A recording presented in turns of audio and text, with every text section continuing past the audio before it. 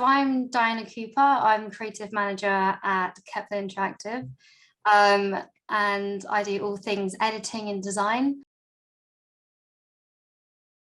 So I knew that I wanted to be a video editor since I was the age of about 13 years old. And I remember I was meant to be revising for my exams, and I'd be using this program called Windows Movie Maker and creating like fun family videos. And I just got the love of it from there. And I knew that's what I wanted to be when I got older. So I worked towards that, and I went to university.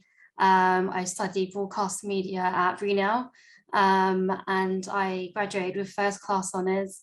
And then from there, I really tried to get into TV industry, but it was just really, really difficult. And I found this boot camp called the Mummy Youth Project, which is funded by Bob Clark. It's basically for those who are underrepresented in the TV industry and those who are struggling to get into it. And it was a 13-week course, and it was so intense. And there was about 24 trainees, and we were all creating this program called What's Up TV for Sky. So if it wasn't for Bob Clark and all of the team at the Mum Youth Project, I really don't think I'd be where I am today. So I passed that, and I then got into the TV industry. I worked at Sky Sports News in live TV, which was really, really intense.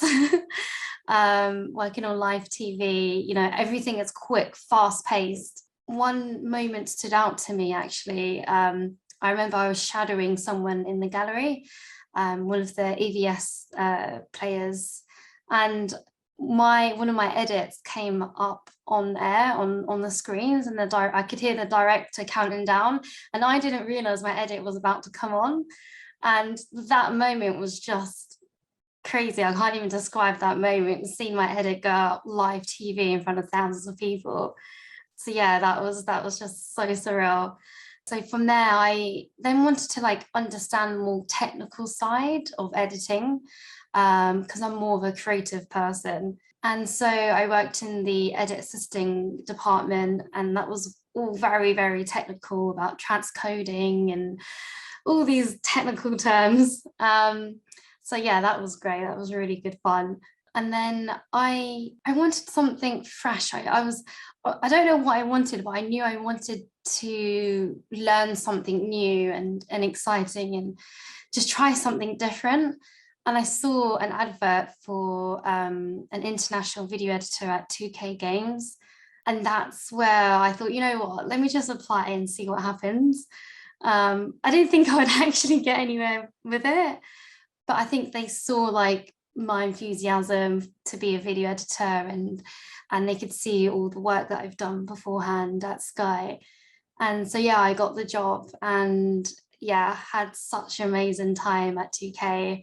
Worked on some of the biggest AAA games, like NBA, Mafia, Trilogy, WWE, Borderlands. And so yeah, it was a real learning experience for me, because I'd never worked in the TV industry before, so I didn't actually know what to expect. So it was just a lot of asking questions and just doing a bit of homework in the evenings to understand the different terminologies that were used in the games industry. I was there for about 2 years, I think it was 2.5 years. But yeah, I feel like I learned quite a lot there. And then I saw a job actually come up for creative manager at Kepler Interactive, and I applied for that and didn't think I would get it either. So it's like a running theme here. I'm like, no, I'm not gonna get it. I downplay myself, and then I end up getting it. Yeah, so that's currently where I am at the moment, and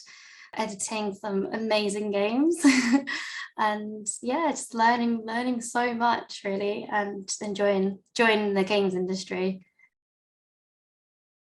I really enjoy talking to other people who have gone through so much in their lives and in their careers, and I love learning from other people. And I always gravitate towards those kind of people that have a lot of life experience, and it always really inspires me, and hearing their struggles and how they got to where they are, you know, because I struggled to get into TV, and just hearing, you know, what they had to overcome, it's really inspiring for me. And so I'm always, you know, networking and talking to people like, what's your experience? And yes, I guess that's kind of, you know, what inspires me, I guess.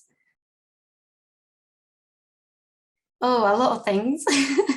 I think the first thing I would say is not to worry and just have fun, and don't work yourself to the ground.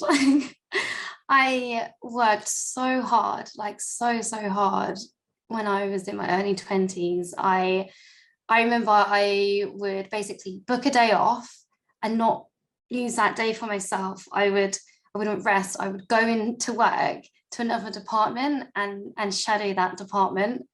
And then I would do that like once a week to all different departments at Sky, just so I could get like the whole overview of how TV worked. And that's how I jumped around different departments at Sky. So yeah, that meant I sort of burnt myself out a bit, which wasn't good. But I networked, and I met so many people. I think another thing I would tell myself is don't be afraid to say no. I always said yes to everything and to everyone.